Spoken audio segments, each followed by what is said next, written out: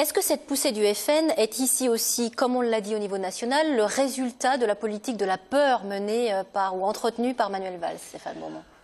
Je crois que Manuel Valls a eu tort de nationaliser cette campagne et d'en faire une campagne nationale au lieu d'en faire une addition de campagne locale. Au-delà de ça, le FN est en train d'accueillir non plus uniquement des votes de protestation, mais des votes d'adhésion et de susciter, vous avez entendu le mot espoir. Des adhésions au programme du FN, c'est ça? Et de susciter l'espoir de ceux qui n'en ont plus, les quartiers difficiles, les retraités en milieu rural, et l'impression que le rural est laissé de côté pour les grandes villes, etc.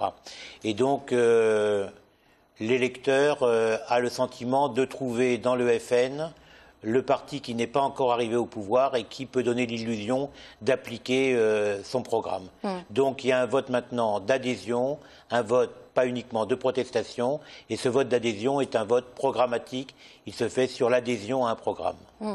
Globalement, pour dimanche prochain, on peut penser que la carte politique de notre région ne va pas être inversée. À quoi est-ce qu'on peut s'attendre quand même? Est-ce que par exemple les abstentionnistes peuvent créer une surprise, faire la différence?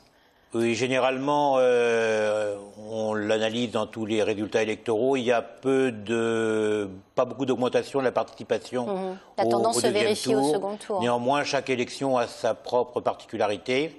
Il faut voir, comme le demandait Sacha Briand à ses électeurs, si ces électeurs vont se mobiliser, quelles sont les réserves. Il faut voir quels vont être le résultat des triangulaires. Mais je n'ai pas le sentiment que la citadelle assiégée mais qui résiste va basculer d'un autre côté, d'autant plus qu'il n'y a pas eu d'effet Moudinque, alors qu'à l'époque où il y a eu un effet Baudis, c'était un effet de la municipalité sur la région, mais non pas sur le département. Est-ce que des dossiers purement locaux comme la privatisation de l'aéroport ou le barrage de Sivins peuvent peser dans la balance?